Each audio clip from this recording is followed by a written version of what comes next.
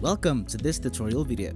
The goal of this video is to show you how to use and navigate the report screen.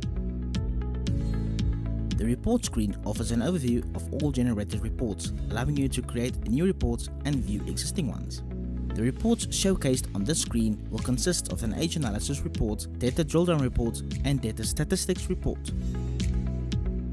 In this video, we will start on the report screen. We will now take a look at the various fields and sections within the report screen and give a quick overview. The filter section offers a range of filter tools or functionalities that allow you to narrow down or refine the results displayed on the report screen. To filter the screen according to a description, click on a description field and complete with the applicable information. Click on a date range from and to fields, which will open a date picker, and select the relevant from and to dates to filter the screen to. Click on a category field and select the desired classifications you wish to include in your filtering of the screen. To select certain types of reports to filter, click on the types field and make your selections accordingly. Click on the Create By field and select report authors you wish to include within the filtering of the screen. Click on the Update Results button to refresh the reports list after the filters have been selected.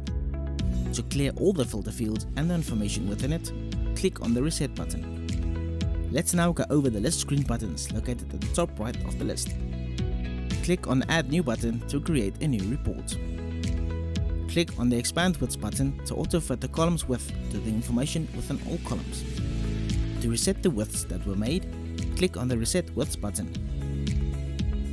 Click on the Sort Columns button to sort the columns in the order that you desire. For more information regarding how the Sort Columns feature works, please refer to the How to Sort Columns on the report and the screen's user manual, linked in this video's description.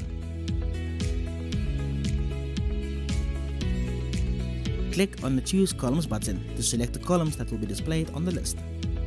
To learn more on how to choose columns, please refer to the How to Choose Columns on report and the screen's user manual, linked in this video's description.